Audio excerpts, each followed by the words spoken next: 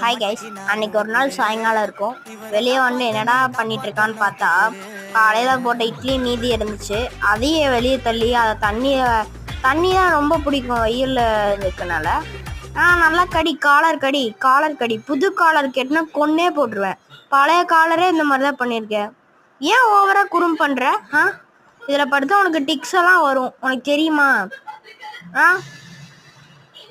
அப்புறம் வீட்டுக்குள்ள வந்து ஆடுவேன். டிக்ஸ் வீட்டுக்குள்ள இருக்கும் பாரு. எப்படி அந்த இட்லியை போன தண்ணியை இது பண்ணினா கூட நான் மன்னிச்சிருப்பேன்டா.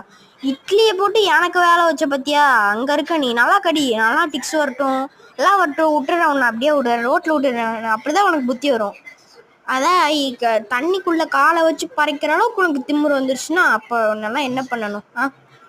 அப்படிதான் கடிக்கணும், இப்படிதான் இருக்கணும். ஓகே, நாய்க்குட்டின்னா இப்படிதான் இருக்கணும். சாரி குட்டி இல்லை, நீ பெருசாயிட்டியா? ஓ, அதனாலதான் அவ்வளவு குழு